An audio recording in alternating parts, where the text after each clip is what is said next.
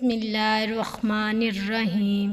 آج کی حدیث میں جانیے 100 نیکیاں پانے کا راز۔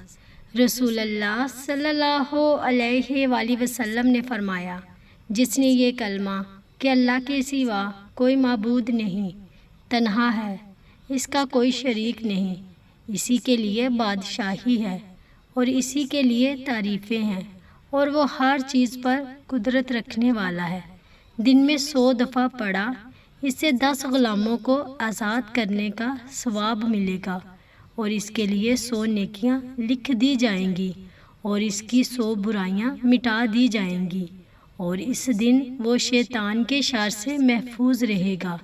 شام تک کے لیے اور کوئی شخص اس دن اس سے بہتر کام کرنے والا نہیں سمجھا جائے گا، سوائے اس کے جو اس سے زیادہ کرے۔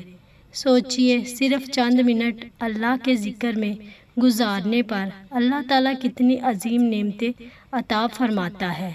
نبی کریم صلی اللہ علیہ وآلہ وسلم نے فرمایا کہ جو شخص یہ مبارک کلمہ روزانہ 100 مرتبہ پڑھتا ہے، اسے 10 غلام آزاد کرنے کے برابر ثواب ملتا ہے، 100 نیکیاں لکھی جاتی ہیں، 100 گناہ مٹا دیے جاتے ہیں، اور شام تک شیطان کے شر سے حفاظت نصیب ہوتی ہے، اور اللہ کا ذکر دنیا آخرت کی کامیابی کا آسان اور بہترین ذریعہ ہے۔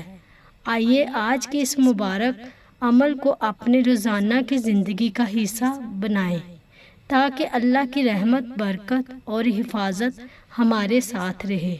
اللہ تعالیٰ ہمیں اس مبارک ذکر کو پابندی کے ساتھ پڑھنے اور اس پر عمل کرنے کی توفیق عطا فرمائے، آمین۔